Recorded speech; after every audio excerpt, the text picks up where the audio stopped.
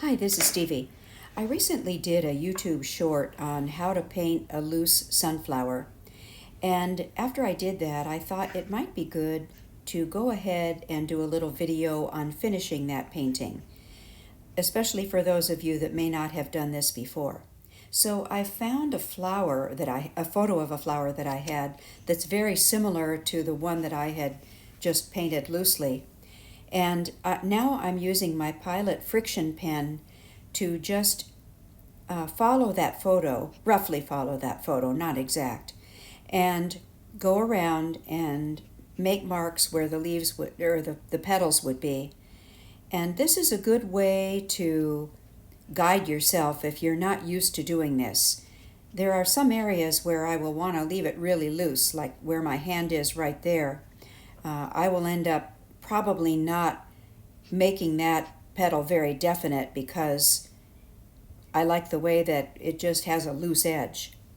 So anyhow, the Pilot Frixion pen, as you may know, when you add heat to it, the ink disappears. So it's great for this kind of a project where you're just learning. Would I use that on a painting that I'm going to sell or put in a show? No, I wouldn't.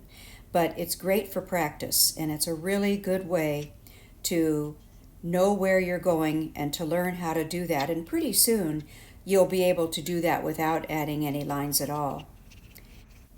So I've been flicking some water on the paper to get it wet in spots. It's not completely wet all over. But that's what helps to give it the loose effect when you apply paint. So now I picked up some of my transparent burnt orange to strengthen that color in the center of the flower. And notice how I leave that white highlight toward the top of the center, and I'm going to try to preserve that all the way through, but it really needed a little more color, so I added more of the transparent burnt orange. And then I also need to darken the base of that, so I'm going to pick a darker color for the very base of that center. One thing that I'm doing here is I am fixing those two petals in the front. If you look at the photo, you'll see that those two petals in the front kind of turn over toward you.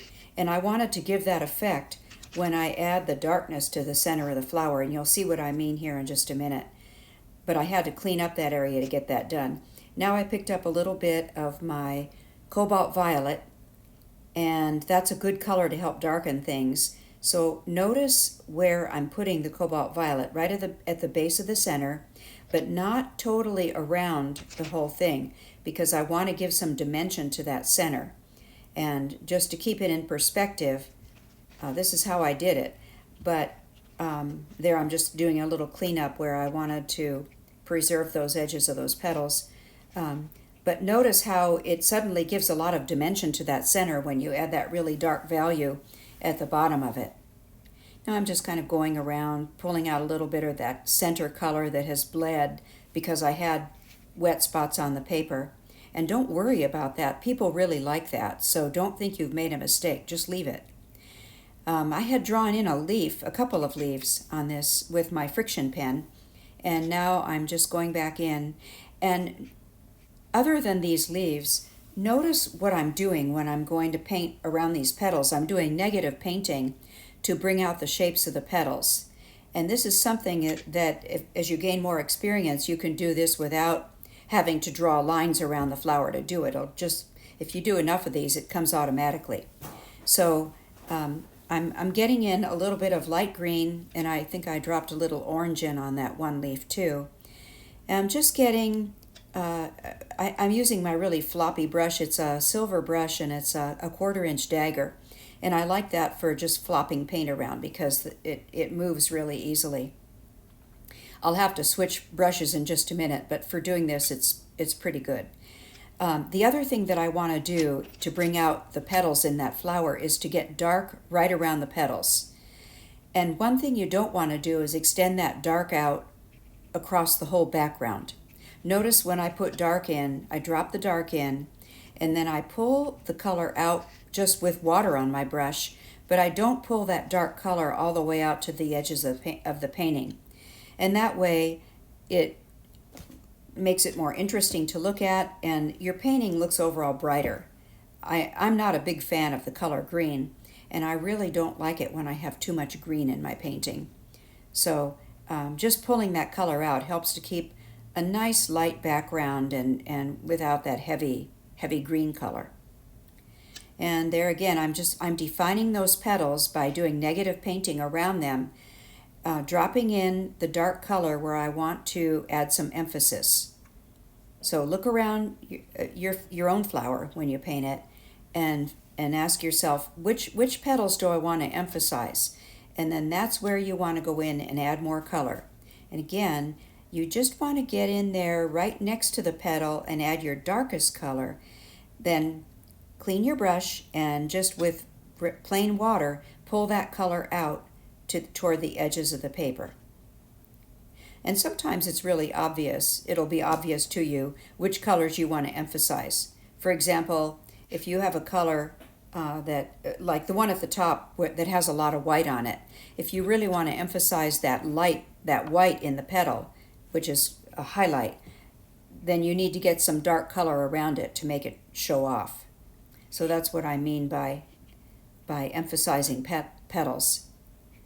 So I just continue on around, and here I decided to stop and dry my paper. I thought the paper was too wet, so I pulled out my trusty Ranger heat gun, and I decided to dry my paper, completely forgetting that it would erase all of my pen lines.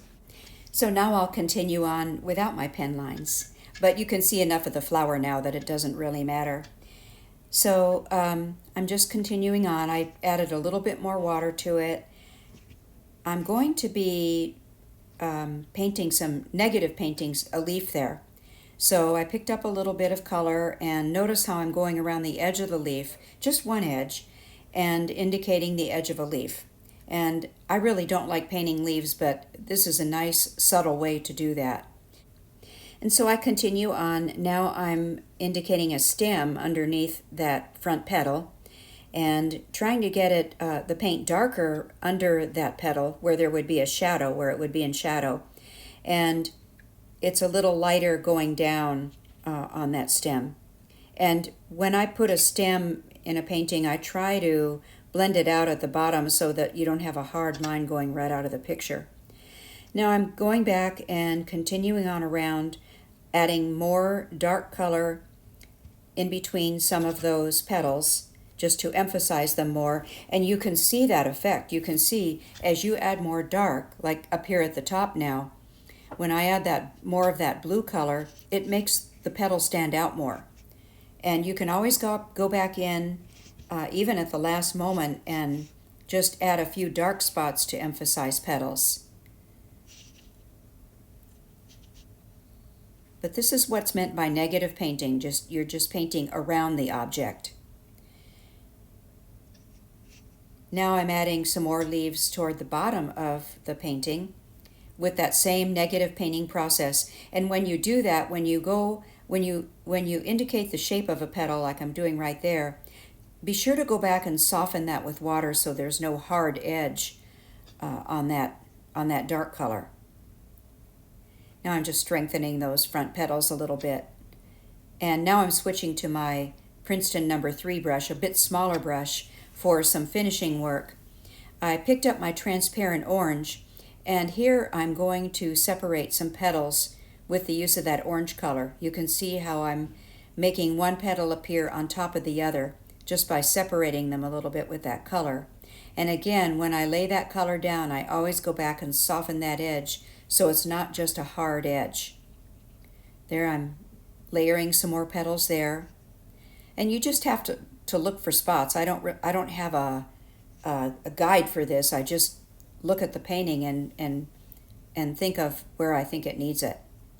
Up here, to emphasize that very light petal, I can add some more color there.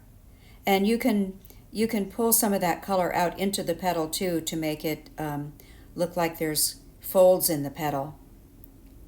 And the transparent orange is a really nice color to use over that yellow. That transparent orange is made by Schminke. although I believe Daniel Smith makes a transparent pyrrole orange, which would be very similar. And look how nice that looks with that center. Some of the center had bled out into the one of the petals. It just looks really nice, so don't ever think those are mistakes. Now I'm just adding a little more green there because I was adding some color to separate the petals. And just going back for final touches, adding little points of dark green. You can even just take a bit of the dark green on your brush and drop it right next to a petal and just leave it. Just leave it alone. But you can see how that does emphasize those petals where I placed that color. And I had added the cobalt blue just to get some variety in the painting so it wasn't green all everywhere. So there we have it. That's the little painting. That's just a 4x5 piece of paper, so pretty small.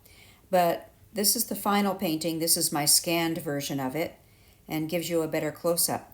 Thanks for watching.